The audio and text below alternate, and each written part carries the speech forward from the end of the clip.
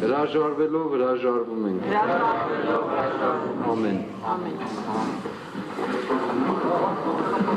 Թերի դատարանների կանալու մասին բացակայողանձած չներկանալու պատճառների մասին։ Պատվարժան դատարան դատական նիստին ներկայացել են հանրային մեղադրողներ Վահան Հարությունյանը, Հայկ Հովհաննիսյանը, Արման Բաղդասարյանը, պաշտպաններ Սերգեյ Հարությունյանը, Էդուարդ Հովհաննիսյանը, Ալեքսանդր Կոչուբաևը, Վահան Հովհաննիսյանը, Սլավիկ Պողոսյանը, Թադեոս Սարգսյանը, Լիպարիտ Սիմոնյանը, Մկրտիչ Դավթյանը, Վարազդատ Հարությունյանը, Հովսեփ Սարգսյանը, Տաթևիկ Սողոյանը, Վահագն Բաբայանը, Վահագն Հակոբյանը, Աննա Մանթաշյանը, Արթուր Արուսամյանը, Հովհաննես Համբարձումյանը, Էմիլ Խաչատրյանը, Արամ Բարթևանյանը,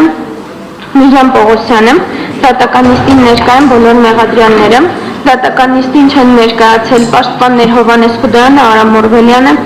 Մեհեր Հակոբյանը, Վահան Գևորգյանը, Յուրա Իվանյանը, Արտակ Նավասարդյանը, Գևորգ Գենջոյանը, Ռուբեն Մելիքյանը, Սվետլանա Մկրտչյանը, Ալեքսանդր Թումասյանը, Վրեժ Խաչիկյանը, Անահիտ Արաքելյան, Սերգեյ Մարաբյանը, Տիրայր Կարապետյանը, Սմբատ Մինասյանը, Պետրոս Պետրոսյանը, Նարի Հունարչյանասիհին, Արայիկ Ներսիսյանը։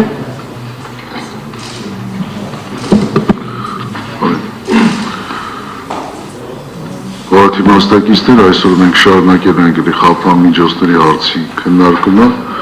այն մեղադրյալների վերաբերյալ, որոնց առաջնորդ խափան միջոցի ժամկետները լրանում են նոյեմբերի 25-ին։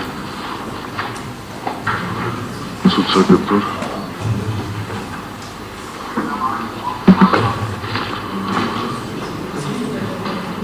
Շարունակենք դատական նիստը,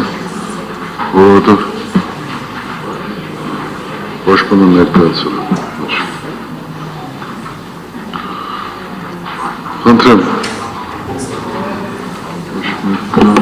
Պատվարժան դատան, ես հրատապություն ունեմ, կխնդրեմ առաջնահերթության կարգով քննել Արմեն Ալեքսանյանի խափանման միջոցի հարցը։ Դատական նիստին շատ երկար չեմ կարող մասնակցել։ Ի՞նչն է պատճառը։ Համայլ դատական նիստեր, համանձնական որոշ խնդիրներ, պատվարժան դատան։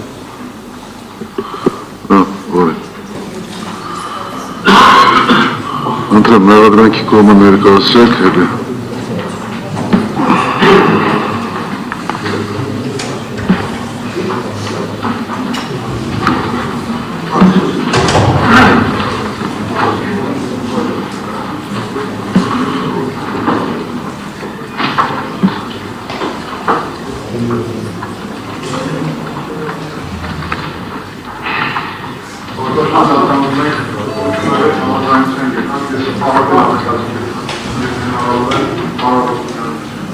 Ես մինչև երեք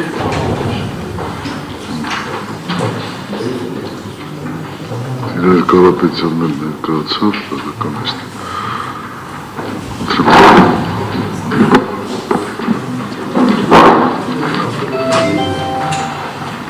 Պատվարժան դատարան սույն քրեական գործով միջդատական վարույթի ընթացքում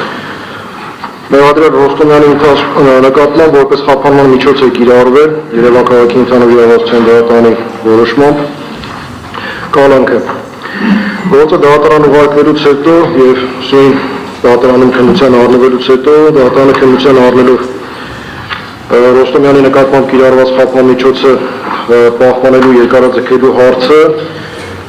արձանագրեց, որ նրան կալանքի տակ պահելու հիմքերը շարունակում են առկա լինել, բայց նվազ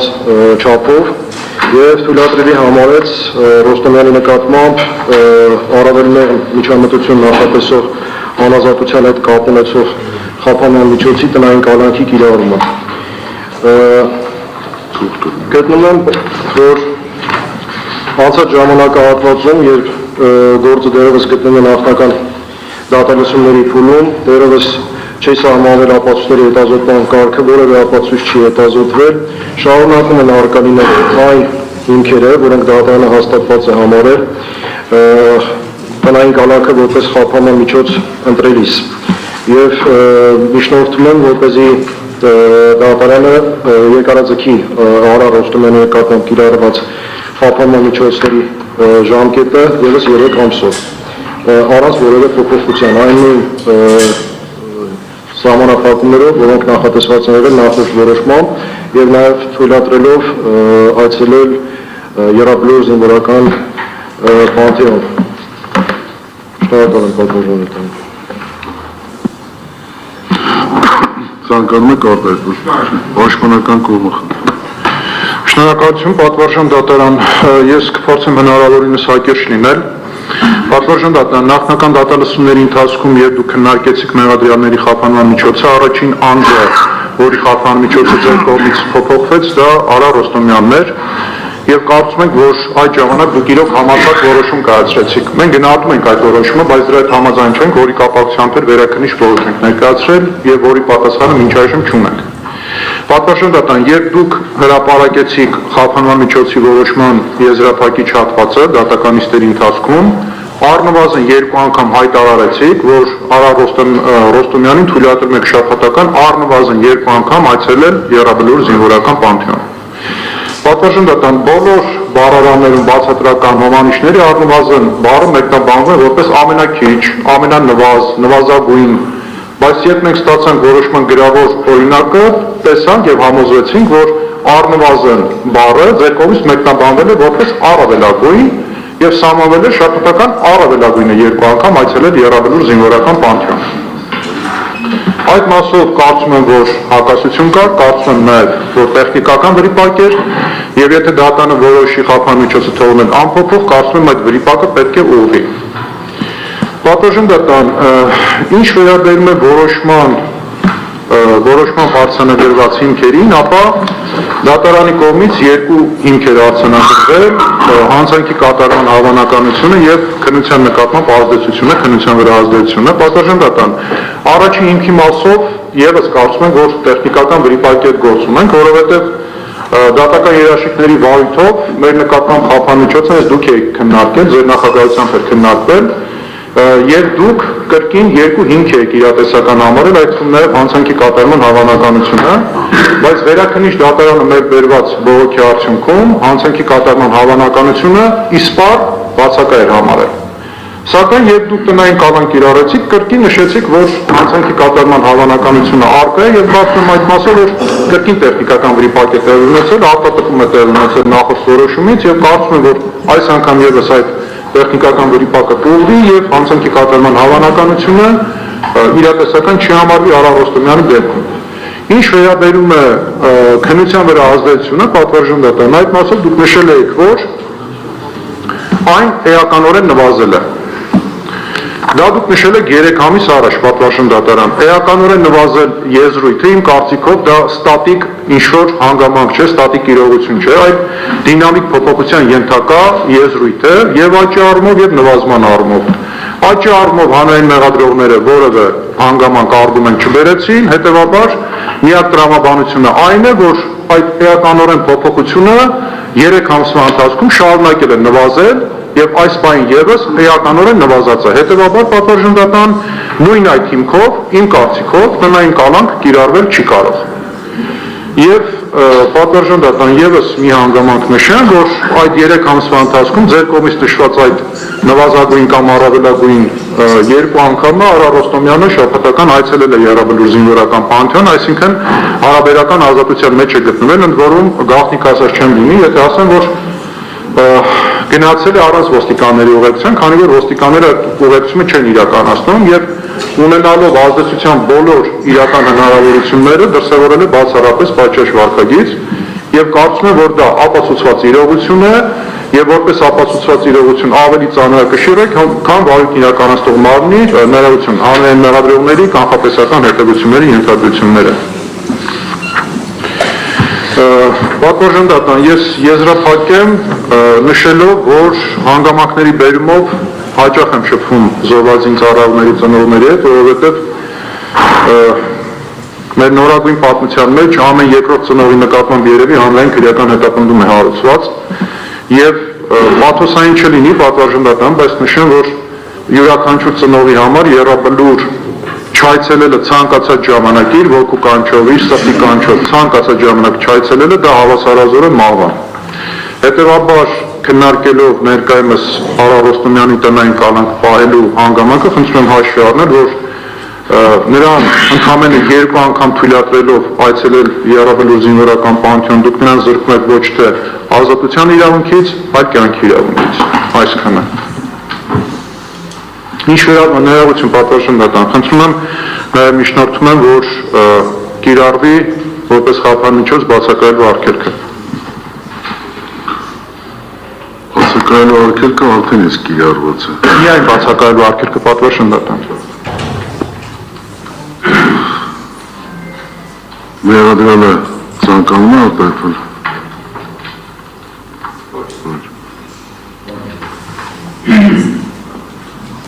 Շնորհակալություն պատվարժան դատարան, ես նշված տվյալը փորձեցի ճշտել ընթացքում 2025 թվականի հունիսի 26-ից կարծում եմ նիստերի դահլիճում որևէ մեկը նշված հարցի հետ բանավեճ չունի, հայրենիքին ամենաթանկը տված պարոն Ռոստոմյանի նկատմամբ կիրառվել է կալանք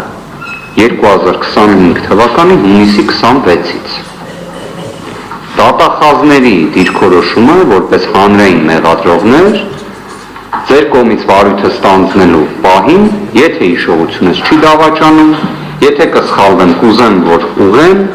բայց չի եղել այն, որ տնային կալանքը որպես խափանման միջոց կիրառվի հայրենիքի համար ամենաթանկը տված անձի նկատմամբ։ Դատարանը իր նախաձեռնությամբ կիրառեց տնային կալանքը որպես խափանման միջոց։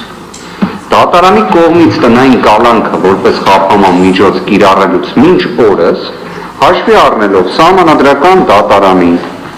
1798 որոշումը այլևս փաստ է, որ ինտենսիվությունը պարոն Ռոստոմյանի նկատմամբ կիրառված խափանման միջոցի ամբողջությամբ համարժեք է կալանքին, ամբողջությամբ։ Սա այլևս պարզապես մեզ համար, մեր իրավական համակարգի պրակտիկայի ելակետ է։ Հետևաբար այո պարոն Ռոստոմյանի նկատմամբ հունիսի 26-ից կիրառված է հենց կալանք, որովհետև Սահմանադրական դատարանը հաշվի առնելով Եվրոպական դատարանի նախադեպային իրավունքը ուղիղ նշվածը արձանագրել է, որ իրենց ինտենսիվության տեսանկյունից ուղիղ համարժեք է։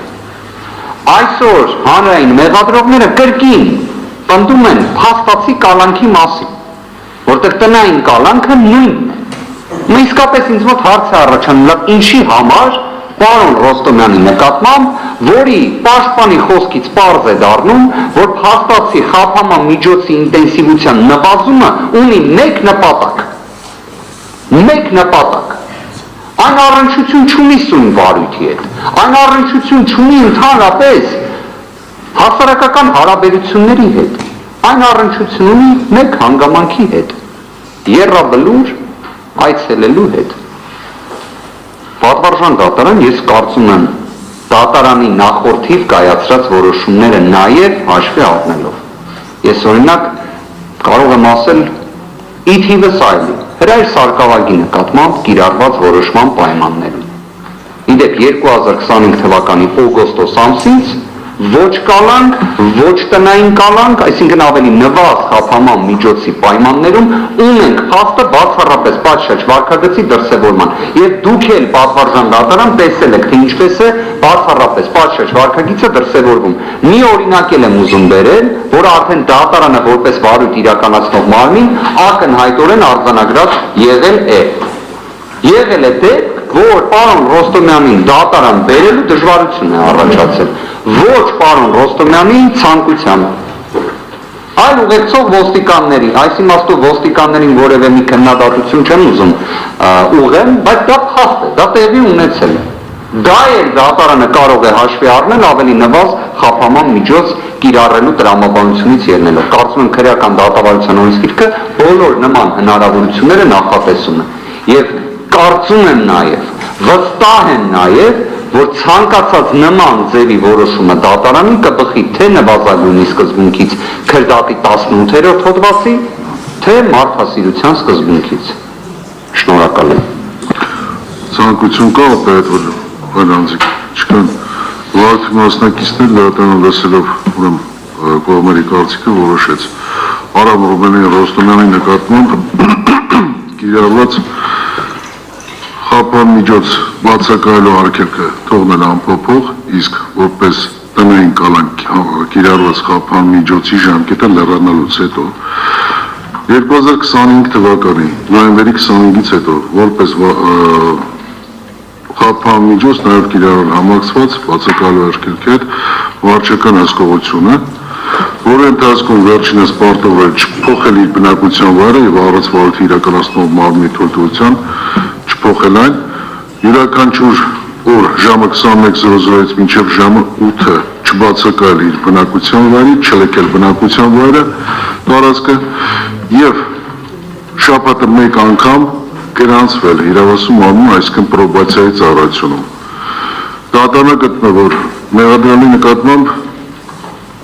արձանագրված դատանի կողմից նախորդ դատականությունում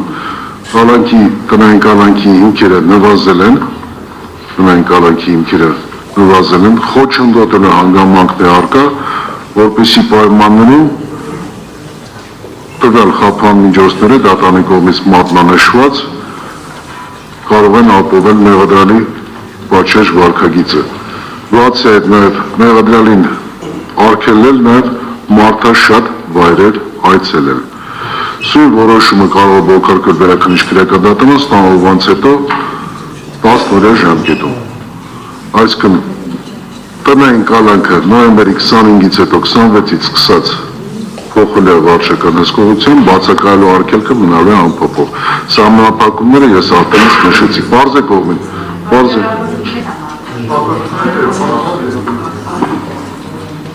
Հանգիստ։ Պարզ է։ Լուրջ։ Չեք կարող շարունակել։ Հա, որ է։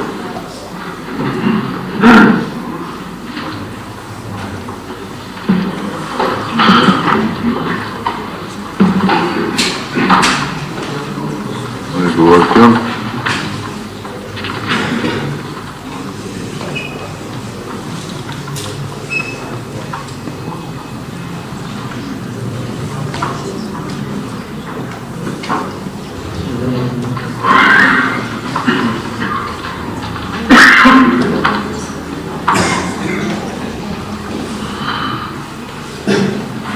Հաջորդ թիվ խնդրեմ։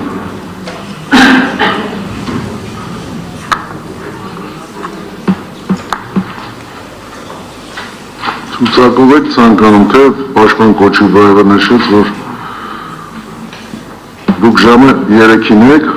հա, բանանելով, հարգելի մեղադրող, ըստ բանով ներկայացրեք։